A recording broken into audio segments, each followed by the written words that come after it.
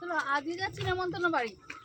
নেমন্তন্ন বাড়ি আসার জন্য প্রথমে বাস, তারপর অটো, আর এখন 15 মিনিট এইভাবে পায়ে হাঁটছি। ঠিক আছে, 11 নম্বরে হাঁটছি। নেমন্তন্ন বাড়ি যাবো কি খাবো কি, জিপ আবার বেরিয়ে গেছে। ওটা কার থেকে নাও ঘর ঘর আওয়াজ দিচ্ছে। ঠিক আছে, নেমন্তন্ন বাড়ি যায় এতটাই দূরে। এখন মনে হচ্ছে যে কেন এলাম। কেন?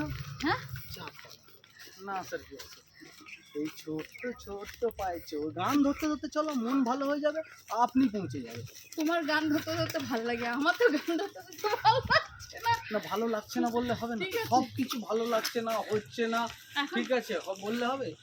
আস্তে এখন আস্তে মনে হচ্ছে টুক করে চলো। আমার বর আজকে সকাল থেকে বলছে যে তোমাকে আজকে সারাটা দিন ছুটি দেবো, আজকে তুমি পুরো রেস্টে থাকবে, নেমন্তন্ন বাড়ি দুপুরে যাবো, খাবো দাবো, চলে আসবো, সকালে টিফিন করবে।